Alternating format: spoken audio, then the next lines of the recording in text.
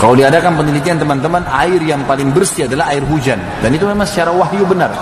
Makanya kata Nabi SAW waktu turun hujan, beliau buka imamahnya, lalu beliau buka sebagian bajunya, lalu membiarkan kepalanya basah dan badan beliau basah. Para sahabat tanya, ya Rasulullah, kenapa?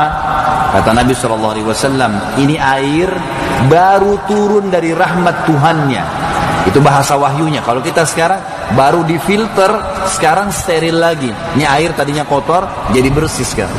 Antum kalau faham konsep ilmiah ini dan wahyu ini, tidak akan ngeluh kalau turun hujan. Karena hujan yang turun itu untuk kebutuhan kita semua. Semua manusia, jin, hewan-hewan, tumbuh-tumbuhan membutuhkan itu. Gitu kan? Berarti kalau hujan, alhamdulillah. Belum lagi itu, kata Nabi SAW, kalau rahmat Allah sedang turun, berdoalah. Karena doa diijabah. Kalau hujan lagi turun, disuruh berdoa. Bukan mengeluh malah, gitu kan?